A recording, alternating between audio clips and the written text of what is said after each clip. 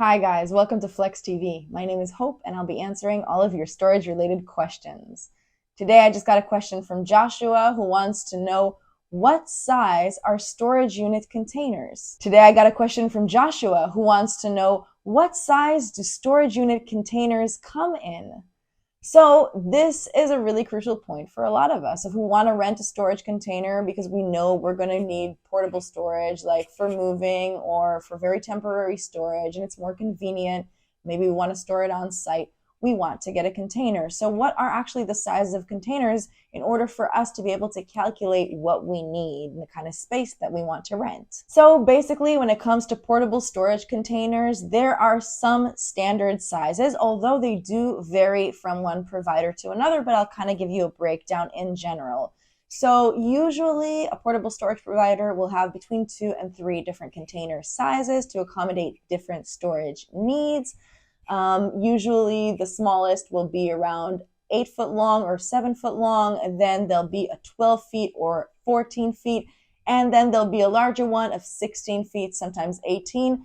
Rarely you can even see a portable storage unit that's 20 feet long.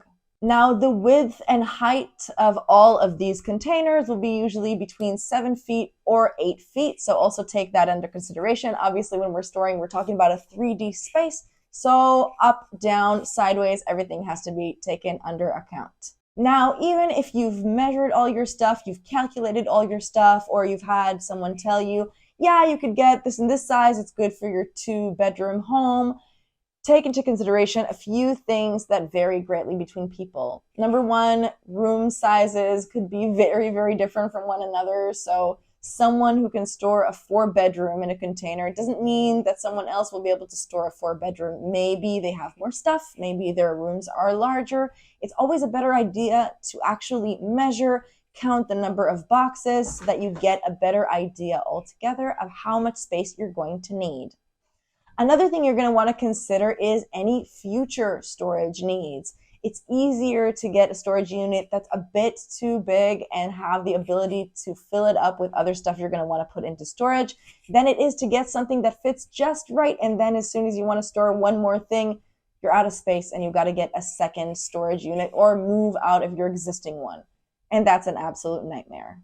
The other thing you want to consider is accessibility inside your storage unit. This is something that a lot of people don't think of and is actually very important. If you want to be able to access your stuff without unpacking the entire thing, you've got to think of creating sort of pathways so that you can walk and view all your stuff and be able to take something out without unpacking the entire unit out beforehand, because that's really, really difficult and you don't want to be doing that. So in general, going a little bit bigger is better, or even better if you have several small units and they're kind of categorized by theme or by type of things that you store.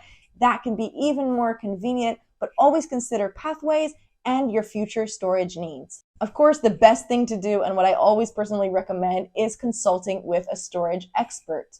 Most every storage provider will have the option of consulting with a representative in order for them to better advise you on the kind of space you need. They do this every day. They usually know what they're talking about, so definitely consult them.